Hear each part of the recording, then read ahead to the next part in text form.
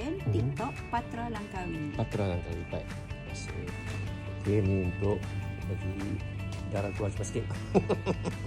Gunakan, dia akan buat sampling test, make sure ada blood yang masuk badan yang melima tu elok.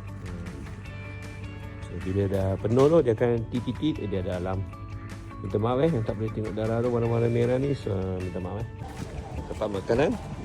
So, kalau penderma darah ada peta parking khas. Pasal dia tak nak korang jalan jauh-jauh. Satu hitam.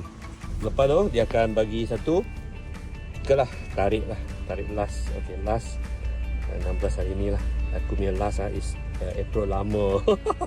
PDN ialah Pusat Darah Negara. Kan gua ni orang budak Kuala Lumpur kan.